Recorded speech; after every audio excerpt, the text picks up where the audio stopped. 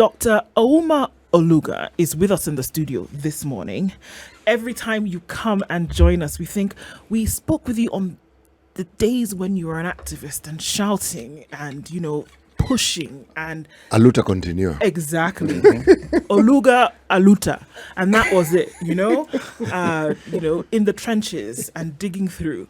But it's interesting because you're still in the trenches, but then we are seeing that the vigor and vim with which you fought is still the same.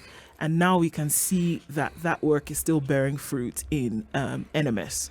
Daktari, good morning. Good morning. How are you? Very, very well. Karibu sana. Thank you. How are you, my friend? I'm very well, thank you, Daktari. Yes.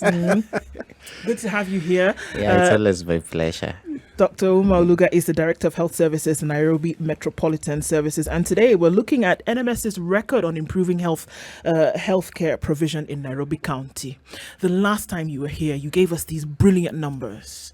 24 is what it was, of the health facilities that you've then been able to put into Nairobi as the Nairobi Metropolitan Service, and looking at turnkey projects then that you didn't really have to reinvent the wheel to establish, but that projects that were already maybe sitting in dust-covered shelves in the Ministry of Health. So between then and now, how have you seen that things have changed? I mean, I think we're just at the point where you had just opened up some of these facilities. And how have things changed up until this point? Thank you. I think first is to go back to what you mentioned. For me, the difference between the trench and the work now hasn't been there. I think perhaps maybe because when then in KMPDU, your tool of fighting was maybe you go to the media more often, you speak more often. Right. Now, of course, we don't do press conferences more often, and it's only after you work that you come to speak. But it's the same because, the structure of public service is such that so many institutions, so many people are involved in the same process. So by the time you have an achievement, or by the time you get something successfully done, it takes the same amount of energy as it used to take in the union, because you still have to knock on treasury doors, you still have to go to parliament or county assemblies for approval, you still have to engage with the communities for public participation, you still have to pass through a policy, you still have to educate people, you still have to wake up very in the middle of the night to push some contractor. It's exactly the same work, if not more. The only difference is that it is not in the public domain. Actually, maybe it isn't in the public domain, but the real challenge is when you have a job such as yours, isn't it a unique opportunity to now put to practice the things you're agitating for? Exactly the point. Yes. And people ask me, you used to push for employment of health workers. We've employed 2,000. People ask me, you used to say that facilities should be 5 kilometers away from every citizen in this country. That's exactly what we've done. People say that, we have these empty shells in terms of facilities, no equipment. And that's why we've equipped them. And, for example, one of the things that actually make us very proud is the fact that we have turned around maternal mortality. I think, Muga, because of the research, you know how that has been a difficult issue in Nairobi. And for example, Nairobi was number 3 in terms of women who die at the time of delivery. Yes. And turning around that, for example, in a place like Pumwani Hospital, which has been absent from the media for quite some time, not because we have done any PR, but simply because they have done an amazing job delivering 1,700 mothers every single month. And you do that consistently for Safely. You do that consistently for 8 months without any single death. The first time in the history of the hospital that 8 months in a row, no woman has died at Pumwani. What exactly did you do? Well, first is everything falls and rises on leadership. So you have to demonstrate the public interest and the fact that we can save these women. And two is you have to then give people the tools that enable them to do that. So I think we have a very good team there, led by the medical superintendent, but more importantly also are the simple tools that we give them. For example, we were very stern on what we are calling a maternal audit. Yeah, if there is a single death, everyone along the chain will have to answer. And yes, of course, from a management perspective, it looks like you're really pushing people. It's even more of punishment. But the important thing are the gaps that then you identify. You're pushing responsibility. You're pushing responsibility essentially, so that then the specialist is the one that is most responsible. And I can tell you for sure, we have very good doctors. If they apply themselves fully in working with the nurses and working with the younger doctors, nothing goes wrong. Nothing goes wrong. And because of that, we also worked a lot with some of the organizations to train. We have trained people in infant resuscitations. We've trained people in reproductive health care, what we call respectful maternal care. Yes. And it's very vigorous training. Doesn't look intense when you're being invited for it, but then the expectations of what we expect you to do after the training is where the intensity comes. Because once we've trained you, you really must explain why something went wrong. There are people who have said, and we have heard, this I have not ascertained, that is why I'm referring to it, it's in the realm of hearsay, that yes, hospitals were put up, definitely they were built, but that some of them lack fundamentals like just medicines. That is true. It's not even in the realm of, it's not hearsay. Yes. It is absolutely true that we have had a huge challenge with commodities, and for three reasons. One is that when we established, or when NMS was established, there was a debt of 486 million that had been inherited from the Nairobi City County government. This debt was with KEMSA. And we have struggled to pay that debt. And the way that we do budgets in the country is that you don't get any extra money. It's the same budget that is rolled. So, for example, if the expectation is that your commodity budget is 600 or 700 million a year, That's it. That's it. So you use the same budget to pay the debt. And at the same time, hoping to equip and to make new supplies of commodities. Exactly. What does that mean? That there's a reduction in the things that you can do. So we have struggled to pay KEMSA because of that. We have paid them more than 50% of that debt. Number two is the fact that we have increased the number of our facilities by around 28%. So we had only 99 facilities, most of which were even dispensaries level 2. So we have elevated 12 of those hospitals from level 3 to level 4.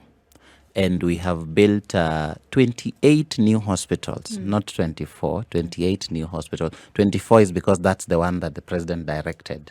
But then there are others that we also did. And so the number of facilities that are drawing from the same pool is a lot. Number 3, which is the most important, is that Nairobi used to see only 2.5 million patients in all the facilities. So if you look at the data for 2016, 2017, 2018, 2019, it's averagely 2.5 million people in 1 year coming to Nairobi facilities. When from March of 2020, if you look at that, and perhaps because of our intention to improve access for for health in the informal settlements to the 3.1 million people living in the informal settlements who used to go to Kenyatta. Remember, these facilities see 2.5 million. They used to see 2.5 million, Yes. but still Kenyatta National Hospital was responsible for 47% of all walk-ins from Nairobi. Someone walks from Mathare or from Kenyatta. Kibra or from everywhere to Kenyatta because Kenyatta is the hospital people knew. Yes. So we have doubled that. If you look at last year, for example, 2021, at the end of the December, we had attended to 4.5 million patients. And this year, in the last 6 months, we've already done 2.6 million. So if the trend is to continue, we are looking at 5 million people. Of course, someone would ask, the Nairobi population is less than that. Yes, it is true. But these are the same people who stay around Nairobi, Kiambu, Murang'a. Dormitory towns of Nairobi. Yeah. And our healthcare services are free. Remember, only 3 of our hospitals are charging any fee. That is Mbagathi and Mama Lucy Kibak. In fact, only 2. So the rest of all the hospitals, the rest of all of them, are completely free. So people come in and they walk out. And so we have had immense pressure, absolutely immense pressure, to be able to stock facilities adequately. That's something that we are still working on in terms of supplies. But on the flip side also, the bulk of our work, the bulk of the things that we wanted to sort out, the big things on what we are calling interventions of public health importance. Right. And I'm very big on issues that are of public health impact. Number 1 was issues of maternity in terms of reproductive health and neonatal health. Number 2, we were looking at community health interventions in terms of prevention and also in terms of sanitation and all that. So for the facilities, because maternal mortality, infant mortality was Nairobi's biggest shame. And if you have a population of 11 million people, if you have 156,000 deliveries, that's what we have had in the whole of Nairobi.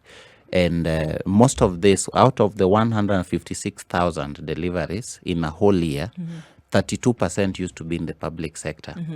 And then even this mortality was not just in the public sector, it's also in the private sector, because you find facilities that are mushrooming, that are not very well regulated, and they don't have even qualified staff. But then you see the population there, for example, places like Mukuru or Kibra or Mathare or Korogosho, you find some funny hospital there giving people maternity. Yeah.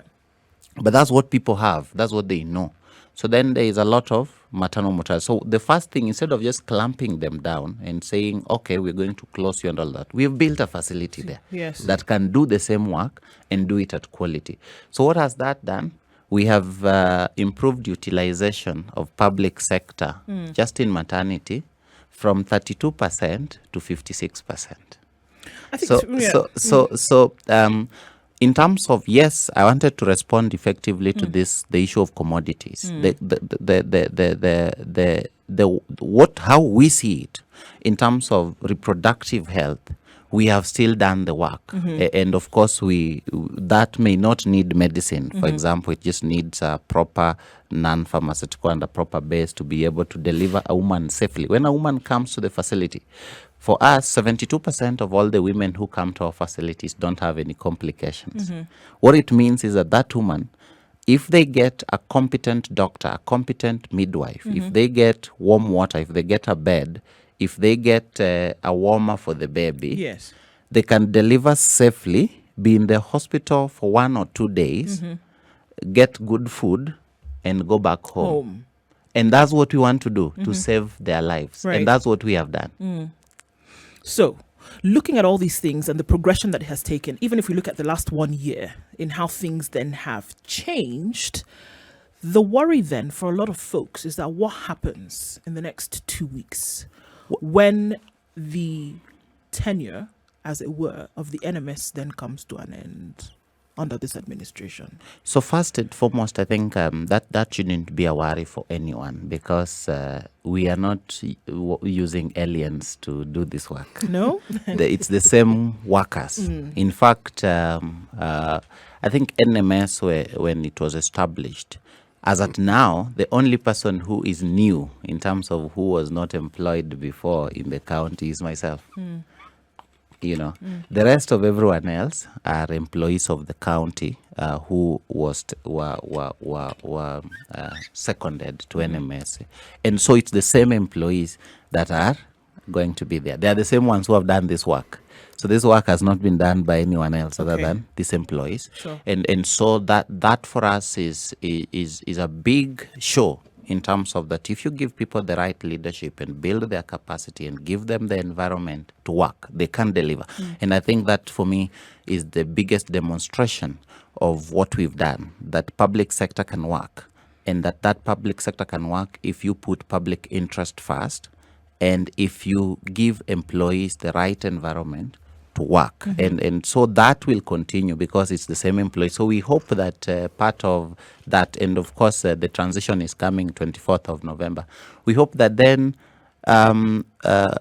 they will still give the right leadership to the employees, because healthcare workers, as I used to say, they just want to work. They just want to sort out the problems of the patients who they see every day, and so they're not interested on who is at the helm. They're just interested: do I have the right tools to deliver services to the person seated in front of me, called the patient? And so that is an important thing. But more fundamentally, we have also done 32 policies. So we've done 32 policies that anchor some of the issues that we've done in terms of documented structure, in terms of process. For example, referral issues. We've done the emergency referral standard operating procedure that looks at how ambulances should be operated, how the drivers should be trained, that looks at how people should access these services, that zones the city into 5 regions where we've stationed ambulances in 5 of these places, and still have what we call an emergency operation center, which if you call 1508, then you still can be directed on how to get help. Yes. We have done a number of things in terms of management structure. We have established a very strong community health strategy with 746 units, basically with the 7,460 community healthcare workers who really help us to link these facilities with the communities. So with the community ownership, with all of these policies that we've done, with the UHC indigence program that through Nairobi we have paid NHIF for 66,000, with the a leadership and management structure that is now anchored on competency, it is very clear on how you get to be, for example, a facility in charge, on how you get to be a sub-county in charge. We think that there is room for sustainability, and we have signed contracts. Each of these facilities have signed contracts with NHIF.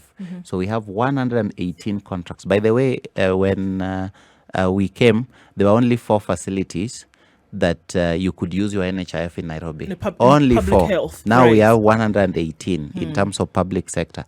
So and what we are also pushing for is that these contracts with NHIF make the hospitals independent, because then when you give services and when we encourage populations to consume the service from that facility, then we can get either more capitation or more reimbursements. And that in itself, by the way, that's also another way of solving the commodity issue, that you have to make the facility sustainable, so that when a facility provides a service, they can be reimbursed. And we were the ones who started pushing for leveling of contracts for both public and private sector, because Nairobi has 406 private hospitals, and then we have 118 public facilities. But we do 56% of the work All right. But if you look at what NHIF was paying, they were paying 84% of their money To the private. To the private. So, these are things I used to talk about even before. And so now we have done it in terms of really driving that shift, and not necessarily to say that private people shouldn't be paid, but also to mobilize as part of mobilization of resources to be able to put in the public sector pool to give the women and the children who come to these facilities enough assurance that when you come tomorrow, my laboratory will still be working. Yes. So, Doctor, let me ask this question. If indeed services are free, why then do you need your NHIF card?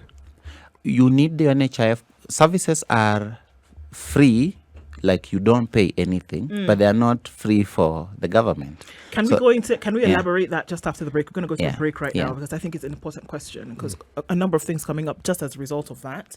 At 8:29, continue this conversation on, how far we've come, public health in the Nairobi Metropolitan Service, with Dr. Oluga in the studio with us this morning. Going to take a break, look at traffic and weather, and then come back right after. This is the Situation Room, the only way to start your day.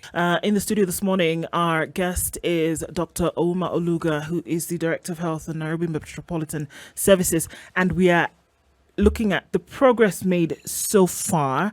CT had a question just before we went to break about how keeping it free. Well, yes, exactly. I mean, when you say free, the question is, what does it mean? Yes, so what it means when we say free, we mean that you walk in and you get an ultrasound, you get an x-ray, you get a doctor's consultation, even a specialist. For that matter, you get laboratory, and then you go away. Without touching your pocket. Without touching your pocket. In fact, you can come with pocketless clothes. So where does NHIF fit in? So the model that we are looking at in Nairobi is a unique one, and we think that it's something that can work in the whole country.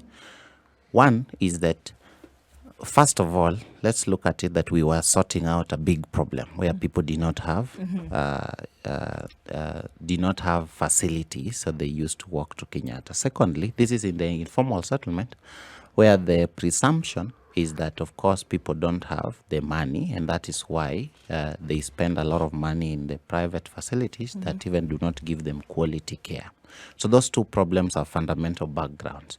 But more importantly is that right now we want access, full access, and it was during the COVID-19 pandemic. And so in all of this, Nairobi was part of the most hit. So we really wanted to ramp up. And by the way, also what happened during the COVID-19 is that 40% of all the private facilities either scaled down their clinics or closed down. Yeah.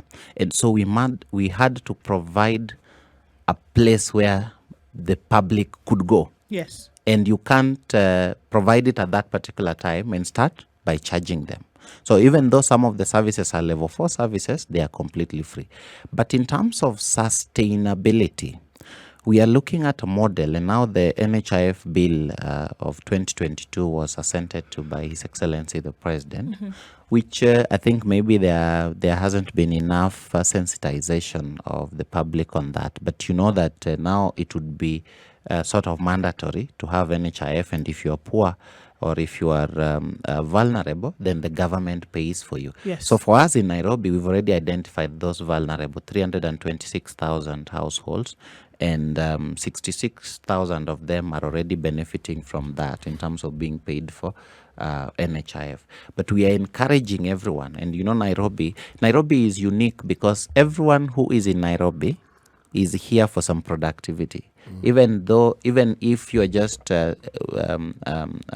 domestic working service, or even people who work in the mjengo, everyone in Nairobi or selling something is here for productivity. And therefore it is possible to put a policy that allows every single employer or every single self-employed person to have NHIF. Yes. And so Nairobi would be the best model actually to test whether replicate across the country? to test whether every single person can have NHIF card. And then using that, have a model where the facilities are enabled to give a service. And that is why it was very important for us that for the last 2 years, we are giving this service for free so that we know the cost of giving that service. Of course, costing has been done, but at a national level. But at county levels, it's also good to do a very intense pilot so that you are sure that it cost me this amount of budget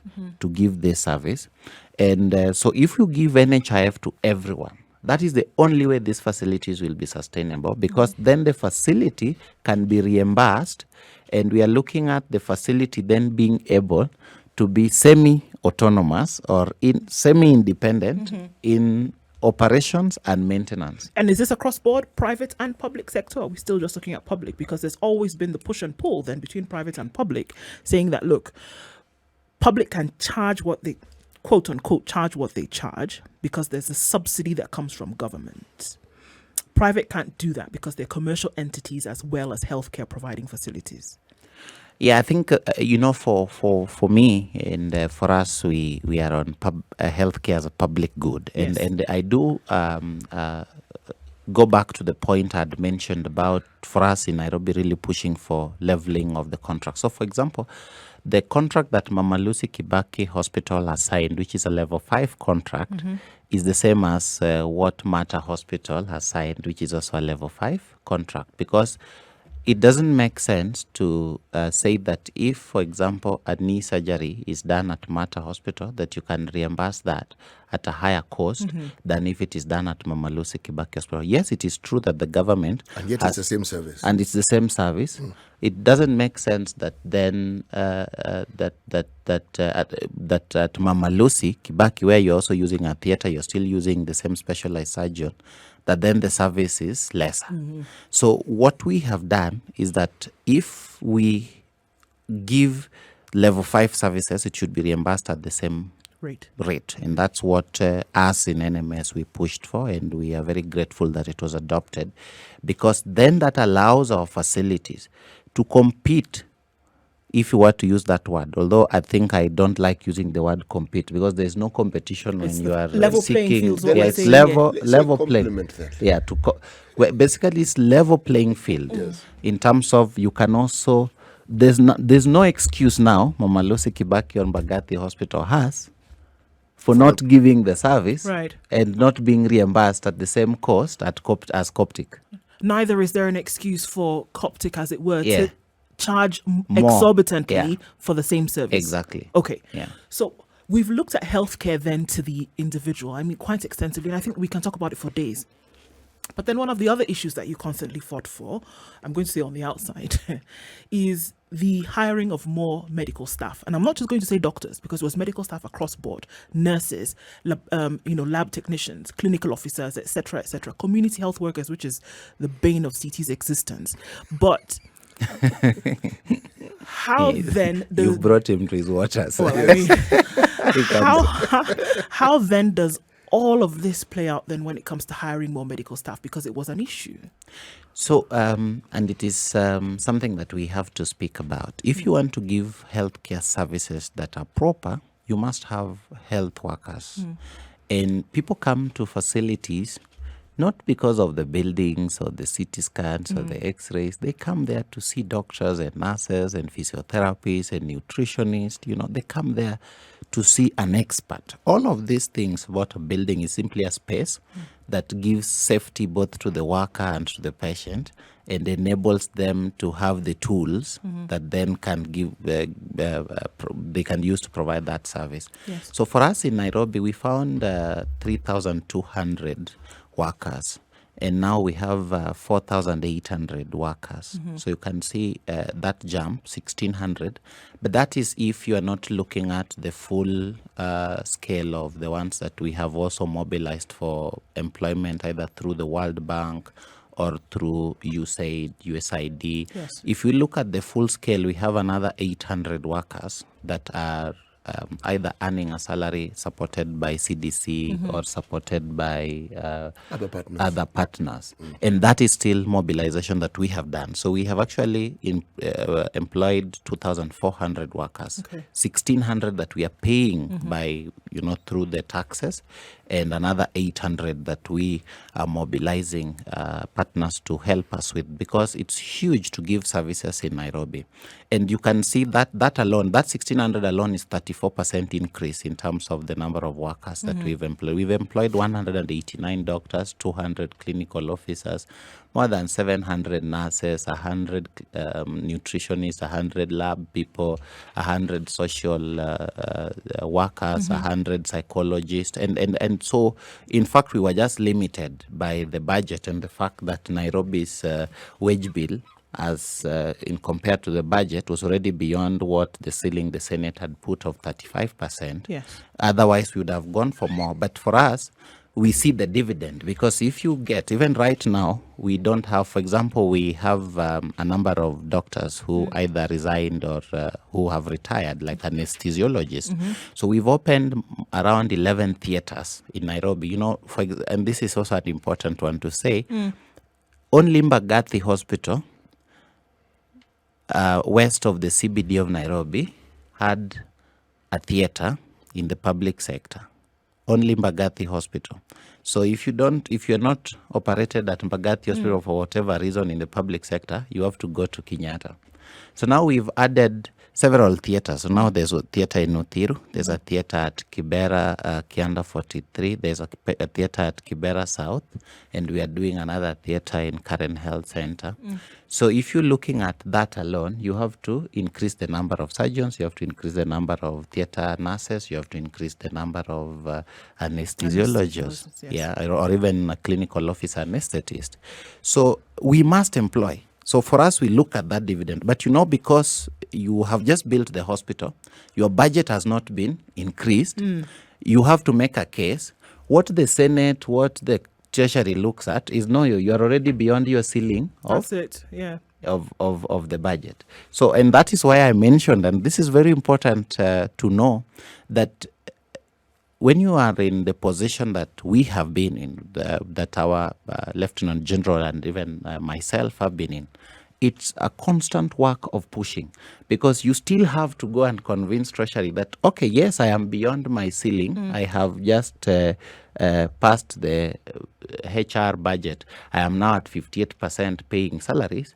But then I have just 3 other theaters. Still look at the issues in Nairobi. I still need anesthesia. So the dividend in health, there are usually 3 dividends in health. One is either in the lifespan, or 2 is in the health outcomes, like you've reduced deaths or something like that. Yes. And then the last one is usually when you start looking at the economics, or whether how much revenue you've either put in or that. So you see the issue about the lifespan that you have improved in the county, or the health outcomes have improved immunization from, let's say, 82% to 95%. I have improved the number of women who can access skilled birth attendance from 71 to 94%. These are actually true figures that I'm talking about. But that doesn't go to the decision making. It doesn't go to the Parliament. books when Treasury is looking at the books. Yeah. So, and this is now the real push in health. This is the real push in health. And that is why health managers, health leaders like myself have to be still advocates. Daktari, the question that I am going to ask is a question I've asked before, and I always ask it. Everything that you have mentioned so far leans heavily on the curative aspect of healthcare. Now, the preventative aspect, you've said you've employed 100 healthcare workers, and you also told us that the public healthcare service in this city has 118 facilities. Am I right? Yeah. So essentially, at best, 1 health worker per facility. Surely. If you were to actually put into practice good public health, okay, correct me and tell me exactly the situation. No, we've employed more than 2,400. Thank you very much. So the 100 that you said you had employed? In terms of, we employed 189 doctors, 200 clinical. In collectively, we have employed 2,400 new medical staff. No. How many community health workers have you employed? We have right now in our establishment 7,460 community health care How workers. many again? 7,460. In fact, you would be interested to know we are the only county, the only one that has gazetted the Community Health Services Act, the only one in the country. There are 8 counties that have passed the Community Health Services Bill. The only one that has gazetted is Nairobi. And we did that on 27th of June. 2021.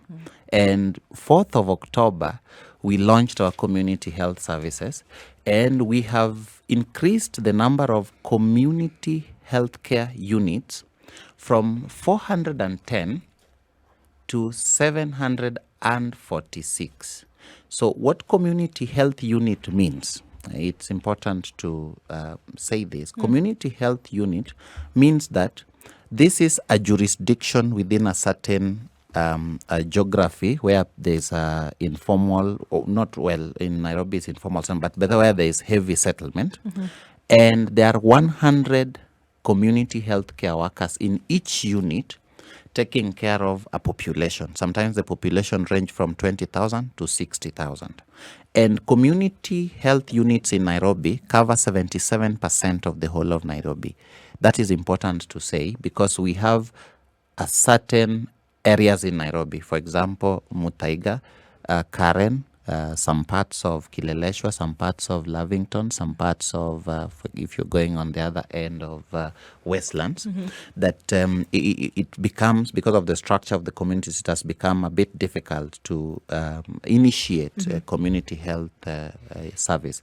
But 77% of Nairobi, which covers the 13 heavy informal settlements. There are more than around 200 informal settlements, but the 13 heavy informal settlements, we've covered them 100%. That is why in Nairobi, we have had very good success with COVID-19 vaccination. We are the top in the country because now we have done 3.5 million vaccines that we've delivered. It's our community health workers. Nairobi is the place where we have always surpassed our target for polio, measles vaccination. You know why? Because we have mapped out every single household in the heavily populated areas, which is the 77% of Nairobi. And so we can, with a lot of precision, predict the number of under 5s that are there. That is why when we are given targets, for example, by the Ministry of Health and WHO to do measles up to 900 or 800,000 a year, we do 1 million. Why? Because sometimes there is your sister who is visiting from up country. They have an under 5. We will cover that under 5 because we know that there is an extra under 5 in Nairobi who has not been counted as part of Nairobi. And it's our community healthcare workers. That is why during the COVID-19 pandemic, in Nairobi, we used the community health structure to do what we are calling cash transfer support. Nairobi and Mombasa benefited from cash transfer support. And in Mombasa, it was done by the National Government Administrative, that is the DC and the DCC. In Nairobi, we had the community health, it was completely in health. And we transferred 2 billion shillings to 72,000 families that were struggling during COVID for 4 months, 4,000 shillings each. And when the World Food Program audited our program, it has been now showcased internationally as the best model because zero scandal. Every single person was reached. No middle person. You go to the family, you go to the household. It's our community healthcare workers. The 326,000 that we said are vulnerable families, that we have paid for 6,000 shillings NHIF to 66,000 of them. It's our community healthcare workers who did the job. Who did the job, and we have and we have trained. So our community healthcare workers, we have given them jobs in terms of 3 areas. One, in terms of community linkage. So they are the ones that are the link between the facility and the communities, and this works for us very well. By the way, I don't know whether it's something to say on TV or radio like I have. When we were building these facilities, if you go to a place like Ngomongo, which is next to the dump site, and people have also castigated us for that, you will find that the facilities are not yet fenced because, of course, we were doing them in phases. So the most important thing is to give the service. But if you go places like Tasia, we have not yet put perimeter walls. Yes. But we are very confident. Why? Because our community healthcare workers have made the communities to own these facilities. So you can't touch those facilities. Okay. And so this is part of the work that we've done in terms of community health strategy, which we think is a very important aspect of healthcare. Because when you're looking at sanitation now, when we are looking at right now, we are having some strange, of course, upper respiratory tract illnesses. There were rumors that there were influenza. I think Emory is still doing the researches. And of course, COVID. Our community healthcare workers have been the key to our sensitization. The 4.5 million patients who came to our facilities have been brought there by community health, because I think you've not seen us run any adverts or run any. So we have a very elaborate and very competent structure within the communities to be able to move together with our communities in our vision to give them proper health services. One of the issues that comes up, even as we talk about this, and I mean it's clear because that a lot of work has been done, suppliers seem to have issue in terms of being paid for the work that they do by the NMS, especially in the area of healthcare. What is happening with that? Yeah, I think that you're right that there's a huge problem. I mentioned to you first just the KEMSA. So you can look at that is even government. KEMSA is government, and we owed them 486 million.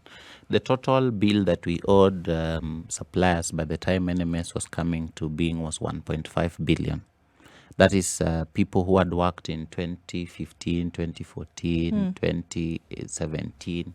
1.5 billion, and it has been, I think my boss, the Lieutenant General, has mentioned this severally on TV. Sometimes we really sympathize with them because people have actually collapsed following up their bills, either in City Hall.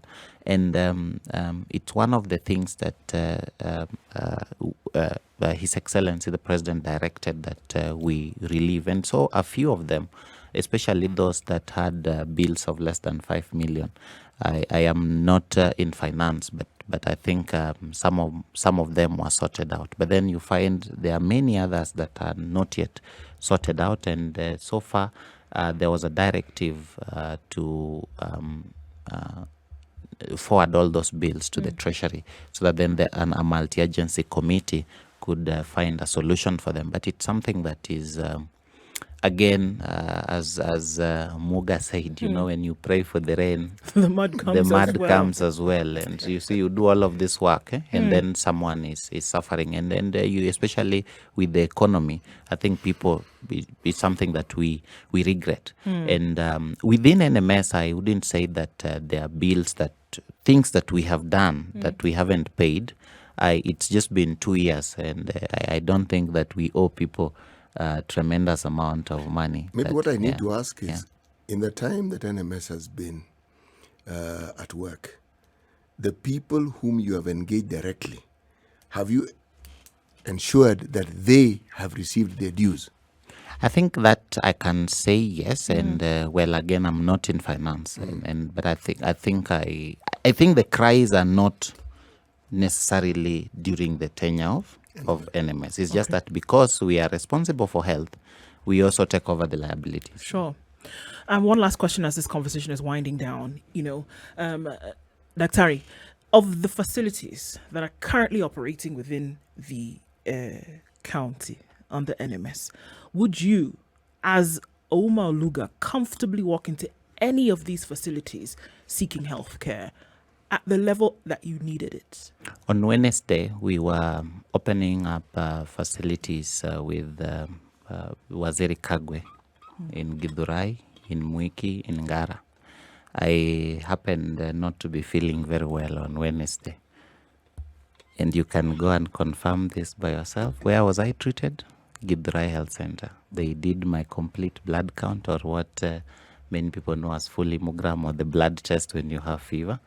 They did my malaria test. They did my blood sugar. They did my X-ray.